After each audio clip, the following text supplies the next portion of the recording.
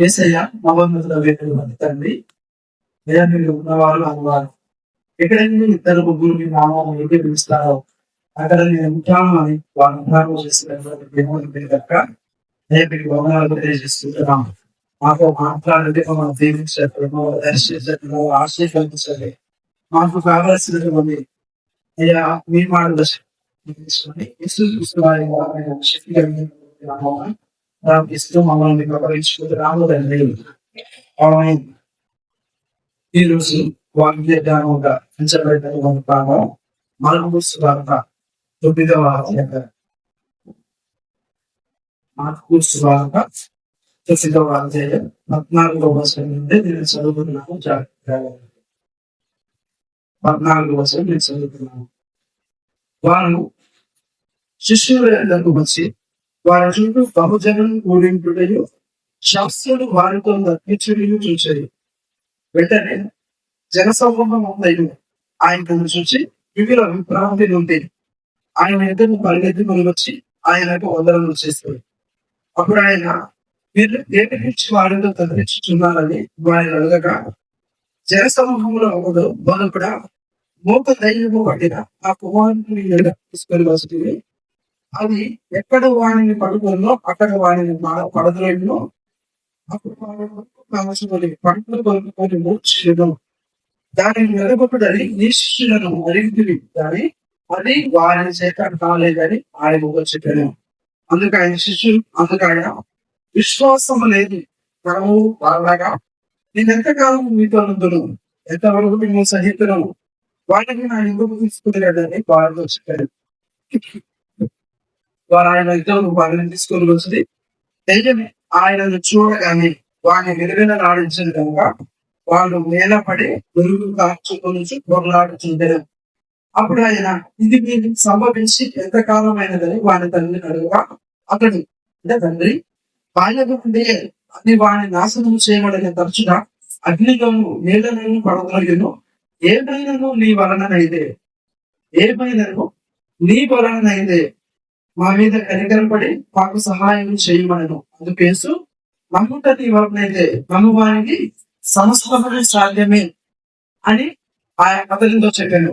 వెంటనే ఆ చిన్నవాడి తండ్రి నమ్ముచున్నాను, నాకు అపనమ్మకం ఉండకుండా సహాయం చేయమని బిగ్గరగా చెప్పాను. జనులు కూడిన ఎందుకు పరిగెత్తుకొని వచ్చుట యేసు చూచి మూకమైన చెబితే దయ్యమా వాణిని వదిలిపోము, ఇక వారిలో ప్రవేశించమందరినీ ఆజ్ఞాపించుతున్నానని చెప్పి అభివృద్ధి గతించారు. అప్పుడు అది కేక వేసి వాడిని ఎంతో వెనువెళ్ళలాడించి వదిలిపోయాము. అంతటా వాడు చచ్చిన వాడిని వాడిని ఉండేది కనుక అనేకులు వాడు చనిపోయేదని. అయితే యేసు వాడిని చెయ్యి పట్టి వాడిని లేవనంతగా వాడు నిలవబడను. ఆయన ఇంటిలోనికి వెళ్ళిన తర్వాత ఆయన శిష్యులు మీకెందుకు ఈ దయ్యం వెళ్ళగొట్టలేకపోతే మరి ఏకాంతముగా ఆయన అడిగింది. అందుకు యేసు ప్రభువు ఏం చెప్పాడంటే, ప్రార్థన వలననే కానీ మరి దేనికి వలననేమో ఈ విధమైనది వదిలిపోవట అసాధ్యమని వాటితో చెప్పారు. ఇది దేవుని వాక్యము. మార్కు సువార్త 9వ అధ్యాయం 14వ వచనం నుండి 29 వచనాల వరకు వ్రాయబడినటువంటి భాగం. దీన్ని ధ్యానిద్దాం. దీని నుంచి దేవుడు మనతో ఏమైనా మాట్లాడతాడేమో అని ఆశ చేత ఆయన వైపు చూద్దాం. ప్రేమైనటువంటి దేవుని సంగమా, మొదటి వచనంలో 14వ వచనంలో ఏమనుందంటే, వారు శిష్యుల యొద్దకు వచ్చి, వారు అంటే ఎవరు అంటే పై భాగంలో ఎవరి గురించి చెప్పబడుతుంది అంటే యేసు క్రీస్తు ప్రభువారు, యోహాను గారు, యాకోబు గారు, పేతురు గారు. వీళ్ళు నలుగురు ఎక్కడికి వెళ్తారంటే కొండ మీదకి వెళ్తారు. రూపాంతరము చెందబడినటువంటి సందర్భం ఇక్కడే ఉంటుంది. వాళ్ళు కొండ మీదకి వెళ్ళి యేసు క్రీస్తు ప్రభువారు రూపాంతరము చెంది వాళ్ళు కనిపించటం, తర్వాత వాళ్ళు కొండ దిగి వచ్చినప్పుడు జరిగినటువంటి సందర్భం. యేసుక్రీస్తు ప్రభువారితో పాటు ముగ్గురు శిష్యులు కొండ మీదకి వెళ్తారు. ఎవరాళ్ళు? యోహాను గారు, పేతురు గారు, యాకోబు గారు. మొత్తం 11 మంది శిష్యులు. ఇంకా కింద ఎంతమంది ఉన్నట్లు? 8 మంది ఉన్నట్లు. పైన ముగ్గురు వెళ్ళారంటే కింద 8 మంది ఉంటారు. ఆ 8 మంది కింద ఉన్నప్పుడు యేసుక్రీస్తు ప్రభువారు పైకి వెళ్ళినప్పుడు జరిగినటువంటి సందర్భం ఇది. ఒక అతని కుమారుడికి ఒక దెయ్యం పట్టింది, అపవిత్రాత్మ పట్టింది. ఆ అపవిత్రాత్మ పట్టినప్పుడు ఏం జరుగుతుంది అంటే ఆయన మూర్చిల్లుతాడు, కింద పడిపోతాడు. ఆ అపవిత్రాత్మ ఆయన నాశనం చేయవలనని అనేక మార్లు పలు సందర్భంలో ప్రయత్నించినట్లుగా ఈ తండ్రి చెప్పడం మనం చూస్తున్నాం. అటువంటి అపవిత్రాత్మ పట్టినటువంటి ఆ కుమారుణ్ణి ఈ తండ్రి యేసుక్రీస్తు ప్రభు వారి దగ్గరికి తీసుకొని వస్తాడు. అప్పుడు యేసుక్రీస్తు ప్రభు అక్కడ ఉండడు. అక్కడ ఎవరు ఉంటారు అంటే శిష్యులు ఉంటారు. అప్పుడు వాళ్ళు శిష్యుల్ని అడుగుతారు, అయ్యా ఇగో ఫలానా దెయ్యము నా కుమారుణ్ణి పట్టి నా కుమారుణ్ణి అనేక విధాలుగా ఇబ్బంది పెడుతుంది, మీరు నా కుమారుణ్ణి అటు దెయ్యము నుండి నా కుమారుణ్ణి విడిపించు అని చెప్పి శిష్యుల్ని అడుగుతాడు ఈ తండ్రి. అప్పుడు శిష్యులు అనేక మార్లు ప్రయత్నిస్తారు ఆ దెయ్యాన్ని అతని నుండి వెళ్ళగొట్టడానికి. ప్రార్థన చేసి ఉండొచ్చు, గద్దించి ఉండొచ్చు, హెచ్చరించి ఉండొచ్చు, యేసుక్రీస్తు ప్రభువారి నామాన్ని వాడి ఉండవచ్చు. కానీ వాళ్ళు చేసిన ప్రార్థనను బట్టి ఆ దెయ్యం ఆ వ్యక్తిని వదిలిపెట్టి వెళ్ళిపోలేదు. అప్పుడు అక్కడ ఉన్నటువంటి శాస్త్రులు వారితో తర్కించటం మనం ఇక్కడ చూస్తున్నాం. ఆ వాదించేటటువంటి ఆ సందర్భంలో యేసుక్రీస్తు ప్రభువారు కొండ దిగి వాళ్ళ దగ్గరకు వస్తారు. యేసుక్రీస్తు ప్రభువారు రాగానే ఆ శిష్యుల చుట్టూ అనేక మంది జనం ఉండటం, ఆ శాస్త్రులు వారితో తర్కించటం, వాదించటం, ఇది మీకు ఎందుకు బాగలేదు, ఇది మీకు ఎందుకు చేత కాలేదు, అసలు మీ దేవుడు నిజమైన దేవుడేనా, అయితే మీరు చేయాలిగా, మీ భక్తి నిజమేనా, మీరు చేసే ఆరాధన నిజమేనా, మీరు ఇప్పటి వరకు వెంబడించారుగా, ఇప్పటి వరకు నేర్చుకున్నారుగా, అసలు ఏమైంది, ఎందుకు మీరు చేయలేకపోతున్నారు అనేటటువంటి అనేక విధమైనటువంటి ప్రశ్నలు అడిగి ఉండవచ్చు. అప్పుడు యేసుక్రీస్తు ప్రభువారు ఆడికి రాగానే జనులు యేసుక్రీస్తు ప్రభువారిని చూసి విభ్రాంతి నుండి ఆయన దగ్గరికి పరిగెత్తుకొని పోయి ఆయనకు వందనాలు చేసినట్లుగా మనం చూస్తున్నాం. అప్పుడు యేసుక్రీస్తు ప్రభువారు వాళ్ళని అడుగుతాడు, అయ్యా ఏ విషయమై మీరు నా శిష్యులతో వాదిస్తున్నారు, నా శిష్యులతో తర్కిస్తున్నారు, అసలు ఏం జరిగింది నాకు చెప్పు అంటే, అప్పుడు ఆ తండ్రి అందులో ఉన్నటువంటి ఒక అతను ఈ విధంగా చెప్పటం మనం చూస్తున్నాం. మూగ దెయ్యము పట్టిన ఒక అతన్ని నీ శిష్యుల దగ్గరకు తీసుకొచ్చిన నీ శిష్యులు దీన్ని వెళ్ళగొట్టలేకపోయారు, ఈ సమస్యను తీర్చలేకపోయారు, ఈ బాధ నుండి విడిపించలేకపోయారు, ఈ అద్భుత ఆశ్చర్య కార్యాన్ని చేయలేకపోయారు అని వాళ్ళ బాధను యేసుక్రీస్తు ప్రభువారికి చెప్పడం మనం చూస్తున్నాం. అప్పుడు యేసుక్రీస్తు ప్రభువారు ఏమంటాడు, విశ్వాసము లేని తరము వారలారా, నేనెంతకాలం మీతో ఉంటా, నేనెంతకాలం మిమ్మల్ని సహిస్తా అని వారిని గద్దించినట్లుగా, వారిని బట్టి డిసప్పాయింట్ అయినట్లుగా యేసుక్రీస్తు ప్రభువారిని మనం చూస్తున్నాం. ప్రియమైనటువంటి దేవుని సంగమా, అప్పుడు యేసుక్రీస్తు ప్రభువారు ఆ దెయ్యం పట్టినోడు నా దగ్గరికి తీసుకురండి అని చెప్పి ఆ పట్టినత్వాన్ని పిలిచి, అసలు వీడికి ఎన్ని సంవత్సరాల నుంచి ఇట్లా ఇబ్బంది పడుతుందో అని అడిగితే, అంటే చిన్నప్పటి నుంచే అనేక మార్లు ఈ అపవిత్రాత్మ ఆయన నాశనం చేయవాలని పట్టి పీడించి అనేకమైనటువంటి ఇబ్బందులకు గురి చేస్తుంది. ఇప్పుడు నీ వలన అయితే మా మీద కనికరపడి ఈ సహాయం మాకు చెయ్యి, మా కుటుంబానికి చెయ్యి అంటే యేసుక్రీస్తు ప్రభువారు అప్పుడు సహాయం చేసినట్లుగా మనం చూస్తున్నాం. అప్పుడు ఆ తండ్రితో యేసుక్రీస్తు ప్రభువారు ఏమంటాడంటే, నమ్ముట నీ వలనైతే నమ్మువానికి సమస్తమును సాధ్యమే. ఎమ్మట ఆ తండ్రి ఏమంటాడో తెలుసా, అయ్యా నాలో అపనమ్మకం ఉండకుండా నువ్వే సహాయం చేయి ఆయన అనటం. యేసుక్రీస్తు ప్రభువారు ఆ దెయ్యం నుండి ఆ పిల్లగాడి నుంచి వెళ్ళగొట్టడం, పిల్లగాడు కింద పడి చచ్చిన వాడి వల్ల కింద పడిపోవటం, కింద పట్టేటువంటి ఆ పిల్లగాడిని యేసుక్రీస్తు ప్రభువారు మళ్ళీ తిరిగి నిలబెట్టడం మనం చూస్తున్నాం. ఆ తర్వాత అంతా అయిపోయిన తర్వాత ఇంటికి పోతారు. యేసుక్రీస్తు ప్రభువారిని శిష్యులు అడుగుతారు, ఎవరు కింద ఉన్నటువంటి శిష్యులు, అయ్యా మేము నీ నామాన్ని వాడినంగా, నీ నామమునే ప్రార్థించడంగా, గట్టిగానే ప్రార్థించడంగా, వాక్యాన్ని బట్టి ప్రార్థించడంగా, నిన్నే వెంబడిస్తున్నాం, అన్ని చేస్తున్నాం, కానీ ఎందుకు మరి నువ్వు ప్రార్థిస్తే దెయ్యం వెళ్ళిపోయింది, మేం ప్రార్థిస్తే దెయ్యం వెళ్ళిపోలేదు, నువ్వు ప్రార్థిస్తే అద్భుతం జరిగింది, మేం ప్రార్థిస్తే అద్భుతం జరగలేదు, అసలు ఏంటి కారణం అని శిష్యులు యేసుక్రీస్తు ప్రభువారిని అడిగినప్పుడు యేసుక్రీస్తు ప్రభువారు చెప్పినటువంటి మాట ఈ మాట. ఏ మాట? ఇటువంటివి, ఇలాంటి సమస్యలు, ఇలాంటి బాధలు, ఇలాంటి చిక్కులు, చింతలు, ఇలాంటి సమస్యలు నీ నుండి, నీ కుటుంబం నుండి వెడలిపోవాలి అంటే, వదిలి వెళ్ళాలి అంటే, అది నీ డబ్బు వల్ల జరిగేది కాదు, నీ ఉన్నతమైనటువంటి చదువుల వల్ల జరిగేది కాదు, నీకున్నటువంటి పలుకుబడి వల్ల జరిగేది కాదు, నీకున్నటువంటి వాక్య జ్ఞానముల వల్ల జరిగేది కాదు, నువ్వెంత ఆరాధనీయుడు అని బట్టి జరిగేది కాదు, నువ్వెంత పాటగాడు అని జరిగేది కాదు. దేన్ని బట్టి జరుగుతుంది అద్భుతం, ఆశ్చర్యకార్యం? దేన్ని బట్టి సాతాను లోబడుతుంది? దేన్ని బట్టి సాతాను గడగడలాడుతుంది, దేన్ని బట్టి సాతాను భయపడి పారిపోతుంది, దీన్ని బట్టే. దేన్ని బట్టి యేసుక్రీస్తు ప్రభువారు చెప్తున్నాడు 29వ వచనం, అందుకైన ప్రార్థన వలననే గాని మరి దేని వలనైనా ఈ విధమైనది వదిలిపోవుట అసాధ్యమని వారితో. ఎవరి మాట చెప్పింది? సాక్షాత్తు దేవుడే, సత్యవంతుడైనటువంటి వాడే ఈ మాట చెప్పాడు. ప్రార్థన వలననే అని తెలుగు బైబిల్లో ఉంది, కానీ ఇంగ్లీష్ బైబిల్లో ఏమని ఉంటుందంటే ఉపవాస ప్రార్థన వలనను. ఉపవాసము వలనను ప్రార్థన వలనను మాత్రమే ఇటువంటివి నీ జీవితంలో, నీ కుటుంబంలో జరుగుతాయి అని యేసుక్రీస్తు ప్రభువు సెలవిస్తుంది. అర్థమవుతుందా? సమస్య ఉంది, బాధ ఉంది, ఇరుకుంది, ఇబ్బంది ఉంది, లేమి ఉంది, కన్నీరు ఉంది, అసమాధాన స్థితి ఉంది, భయం ఉంది, చింత ఉంది, చీకుంది, భారం ఉంది, అనేకమైనటువంటి వాటిని పెట్టుకొని మనం జీవిస్తూ ఉన్నాం. కానీ వాటిని యేసుక్రీస్తు వారి నామమున నువ్వు నా నుండి, నా కుటుంబము నుండి నువ్వు వెళ్ళిపో అని ధైర్యంగా చెప్పలేదు.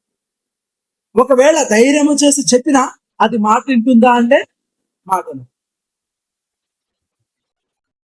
మరి యేసుక్రీస్తు ప్రభువారిని అడిగినట్లే ఆ శిష్యులు మనము అడిగితే యేసుక్రీస్తు ప్రభువారు చెప్పే మాట కనుక అదే. ఆయన నిన్న నేడు ఏకరీతిగా ఉండివాడు, ఆయన మాటల్లో పొల్లైన తప్పిపోదు, ఆయన అసత్యం, ఆయన అబద్ధమాడనటువంటి దేవుడు. మరలా మనకు చెప్పేది ఏంటంటే సంగమా, ఉపవాస ప్రార్థన వలన ఉపవాస వలనను మన జీవితంలో మనం శత్రువు మీద, సాతాను మీద జయించే అధికారాన్ని మనం పొందుకుంటాం. ఈ ప్రార్థన లేకుండా, ఉపవాసముతో కూడినటువంటి ప్రార్థన లేకుండా మనము మన జీవితంలో శత్రువు మీద మన జయాన్ని పొందలేం. శత్రువును మనం ఓడించలేం. శత్రువును ఓడించాలి అంటే మనకు యేసుక్రీస్తు ప్రభువారి కృప కావాలి. ఆ కృప పొందాలి అంటే మనం తగ్గించుకొని యేసుక్రీస్తు ప్రభువారి సన్నిధిలో మనం ఉపవాసం ఉండి ఆయనకు మనం ఎప్పుడైతే నిజముగా, హృదయపూర్వకముగా మనం ఆయన హెచ్చిస్తూ, ఆయన గణపరుస్తూ మనం ప్రార్థన చేస్తామో అప్పుడు దేవుని కృప మన మీద ఉండి దేవుని అద్భుత ఆశ్చర్య కార్యాలు మనలోను మన కుటుంబంలోనూ జరుగుతాయి. అర్థమవుతుందా? అంటే ఇంకెంతకాలం మనం ఇలాంటి సమస్యల చేత, ఇలాంటి బాధల చేత, ఇలాంటి ఇరుకు ఇబ్బందుల చేత, ఇలాంటి కష్టాలన్నీ అనుభవిస్తూ ఇంకెంతకాలం జీవిస్తూ ఉంటాం? యేసుక్రీస్తు ప్రభువారు మన పరలోక తాళపు చెవులను మనకి ఇచ్చినాడు, మనకు అధికారమును అనుగ్రహించినాడు. మీరు భూమి మీద దేన్ని బంధిస్తారో నేను పరలోకమందు బంధిస్తాను, మీరు భూమి మీద దేన్ని విప్పుతారో నేను పరలోకమందు విప్పుతాను అనేటటువంటి అధికారము యేసుక్రీస్తు ప్రభువారు తన కుమారులుగా మనకు అనుగ్రహిస్తే ఈరోజు ఎంతమంది దాన్ని మనం పొందుకొని జీవిస్తున్నాం? ఎంతమంది మనకు ఉన్నటువంటి సమస్యల మీద మనం ఆ యేసు నామమును వదిలి వెళ్ళిపో అని గట్టిగా ధైర్యముతో, విశ్వాసముతో మనం ఆజ్ఞాపించగలుగుతున్నాం? అలా లేదు కదూ.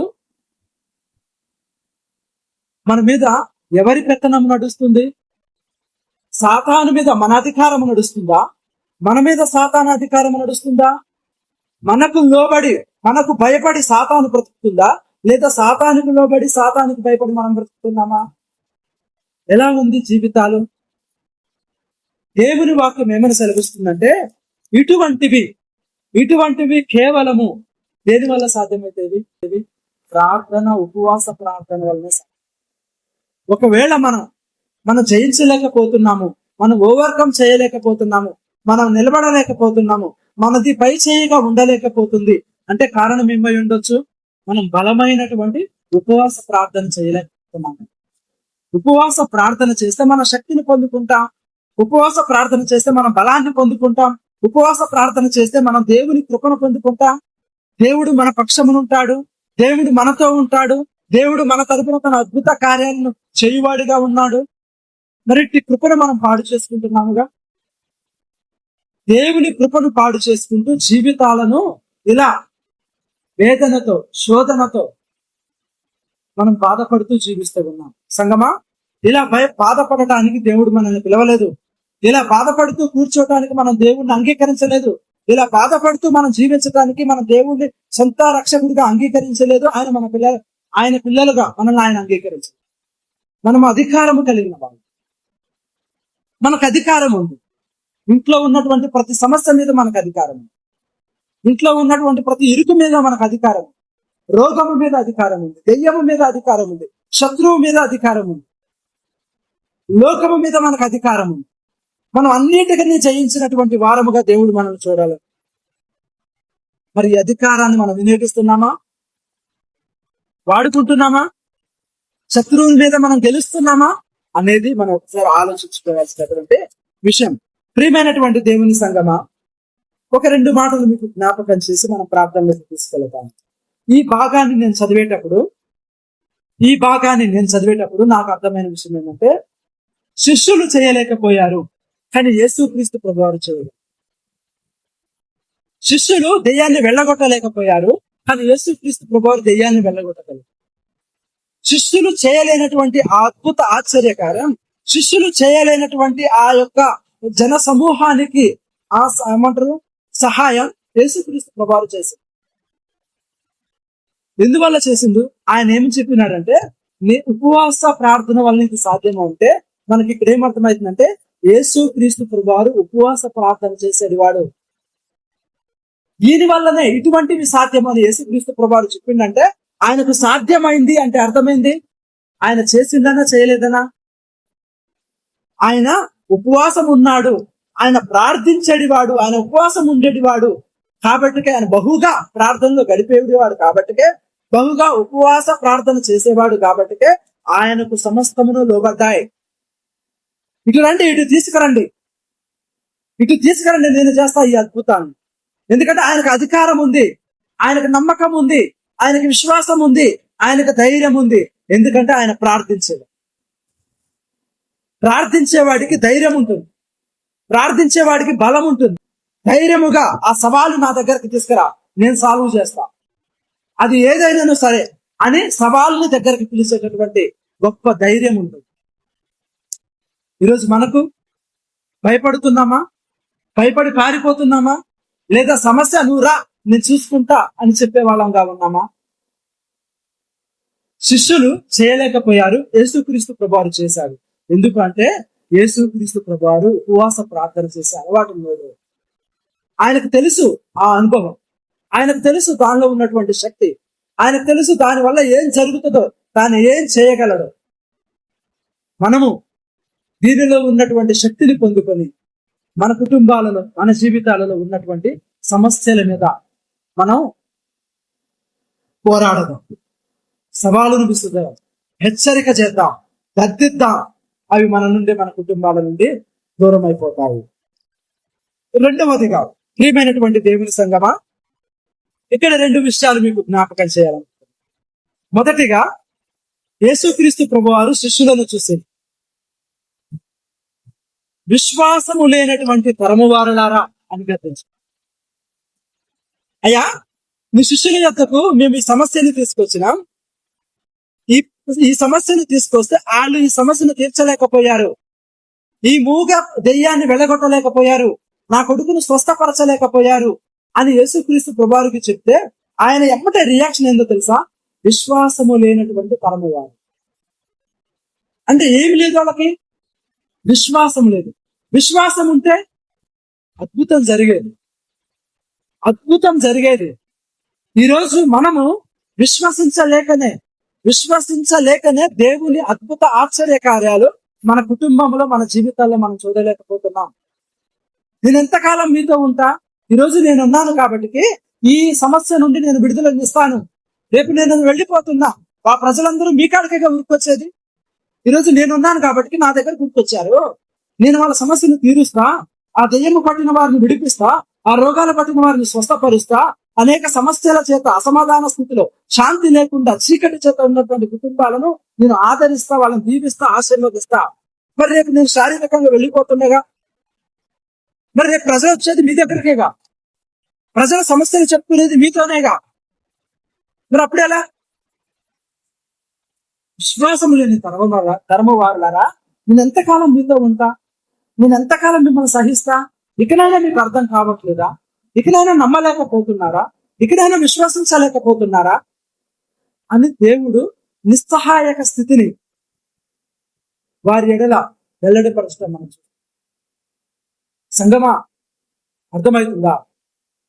దేవుని అద్భుత ఆశ్చర్య కార్యాలు మన ద్వారా జరగాలి అంటే మనకు విశ్వాసం ఉంది, ప్రార్థన ఉండాలి, ఉపవాస ప్రార్థన ఉండాలి, దేవుణ్ణి ఆశ్రయించేటటువంటి తత్వం ఉండాలి, దేవుణ్ణి గణపరిచే ఆయనకి అప్పగించుకునేటటువంటి మనస్సు ఉండాలి. ఎప్పుడైతే దేవునికి మనం లోబెడుతూ ఆయనకి సమస్తాన్ని అప్పగించుకుంటామో అప్పుడు మన జీవితంలో ప్రతి సమస్య మీద మనం అధికారం కలిగి ఉంటాం. ప్రతిదీ మనకు లోబడుతుంది. అది ఏ సమస్య అయినా కావచ్చు, ప్రతి సమస్య మనకు లోబడుతుంది. హల్లెలూయా, దేవునికి మహిమ కలుగును గాక. రెండవది, నా నుండి అద్భుతం జరగాలి అంటే, నేను అద్భుతం చేయాలి అంటే, నేను అనేకులకు ఆశీర్వాదకరముగా ఉండాలి అంటే, అనేకుల జీవితాల్లో నా ద్వారా దేవుని మహిమను కనబరచాలి అంటే నాకు విశ్వాసం ఉండాలి, నేను ప్రార్థించేవాడిగా ఉండాలి, నేను ఉపవాస ప్రార్థన చేసేది వాడిగా ఉండాలి, నేను దేవుణ్ణి ఆశ్రయించేవాడిగా ఉండాలి, దేవునికి నన్ను నేను అప్పగించుకునేవాడిగా ఉండాలి. ఎప్పుడైతే నా జీవితం ఇలా ఉంటుందో నేను అనేకులకు ఆశీర్వాదకరంగా ఉంటా, అనేకుల సమస్యలను నేను తీర్చగలిగే వాడిగా ఉంటా, అనేకుల ఆత్మీయ ఆకలి తప్పులను తీర్చగలిగే వారిగా మనం ఉంటాం. మొదటి విషయం, ఒకవేళ నీ ఎదుట ఉన్నటువంటి వ్యక్తి దేవుని యందు విశ్వాసం కలిగిన వాడే, ప్రార్థనా పరుడే, ఉపవాసం ఉండేవాడే, అయినను సరే నీ జీవితంలో అద్భుతం జరగట్లేదంటే, నీ ఎదురుగుండి నీ ఎడల ప్రార్థించేవాడు అట్టి విశ్వాసము కలిగి అట్టి ప్రార్థనా పరుడే, ఉపవాసం ఉండి ప్రార్థన చేసే అలవాటు ఉన్నోడే, దేవుని అధికారం కలిగిన వాడే కావచ్చు, కానీ జీవితంలో అద్భుతాలు జరగాలంటే ఆ చిన్నవాని తండ్రితో యేసుక్రీస్తు ప్రభువారు చెప్పిన మాట ఒకసారి జ్ఞాపకం చేసుకుందాం. 23వ వచనం, అందుకు యేసు, నమ్ముట నీ వలనైతే నమ్మువానికి సమస్తమును సాధ్యమే. నీ ఎదురు ఉన్నటువంటి వ్యక్తి విశ్వాసము కలిగి ప్రార్థించి ఉపవాసం ఉండే అధికారము కలిగిన వాడే, కానీ నీ జీవితంలో అద్భుతం జరగాలంటే నీకేముండాలో తెలుసా? నమ్మకం ఉండాలి. ఏం నమ్మకం? దేవుడు నా జీవితంలో ఏదైనా చేయగలడు అనేటటువంటి నమ్మకం నీకున్నప్పుడే దేవుడు ఏదైనా నీ జీవితంలో నీ కుటుంబంలో చేయగలడు. అది లేనప్పుడు సాధ్యం కాదు. యేసుక్రీస్తు ప్రభువారే అయినా సాధ్యం కాదు. అందుకనే నమ్ముట నీ వలనైతే నీకు నీ జీవితంలో జరుగుతుంది, నీ కుటుంబంలో జరుగుతుంది. ప్రియమైనటువంటి దేవుని సంగమ, ఇది చాలా ఇంపార్టెంట్, ఇది చాలా ప్రాముఖ్యమైన. మనం ప్రార్థన చేస్తున్నాం, దేవుని మందిరానికి వస్తున్నాం, దేవుడి వైపు చూస్తున్నాం, కానీ అద్భుత ఆశ్చర్య కార్యాలు కుటుంబాలలో జీవితాల్లో చూడలేకపోతున్నాం. ఒకసారి సరి చేసుకుందాం. నిజంగా దేవుడిని నమ్ముతున్నాం, నిజంగా దేవుడి మీద ఆధారపడుతున్నాము, ఆయన నా జీవితంలో నా కుటుంబంలో ఏదైనా చేయగలిగినటువంటి దేవుడు అనేటటువంటి విశ్వాసం కలిగి ఉన్నామా? అలా ఉంటే దేవుడు ఏదైనా నీ జీవితంలో చేస్తాడు. ఈ దినమే చేస్తాడు, ఈ రోజు నుంచి ఆయన చేయడం స్టార్ట్ చేస్తాడు. మనం గనక నమ్మితే ఆయన చేయడానికి సిద్ధుడై ఉన్నాడు. నమ్మకం ఆయన శక్తిని తెలుసు, విశ్వాసం ఆయన అద్భుతాలు జరిగేలా చేస్తాడు. మనం నమ్మకోకుండా కఠిన పరిస్థితులు, మనం నమ్మకోకుండా అవిధేయులమై ద్వారములు మూసుకొని మనం ఉన్నంత కాలం ఆయన మన జీవితంలో ఏం చేయలేము. నమ్మి చూడు, విశ్వసించి చూడు, ఆయనకు అప్పగించుకొని చూడు, దేవుని అద్భుతాలు కుటుంబంలో జరుగుతాయి, దేవుని ఆశ్చర్య కార్యములు కుటుంబంలో జరుగుతాయి. ఆయన అంటున్నాడు, బిడా నువ్వేం చేయాల్సిన అవసరం లేదు, నా మీద ఆధారపడు, నన్ను నమ్ము, నేను చేయగలుగుతా.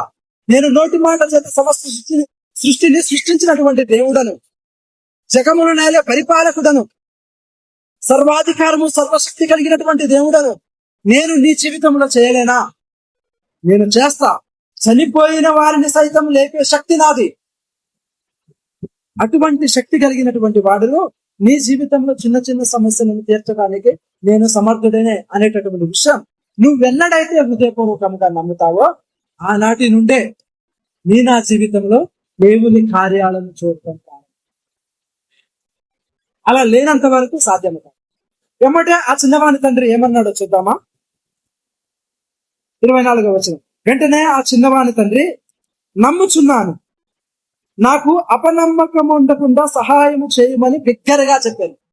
ఇక్కడ బిగ్గరగా చెప్పినని ఉంటది, కానీ ఇంగ్లీష్ బైబిల్ ఏమని ఉంటుందో తెలుసా?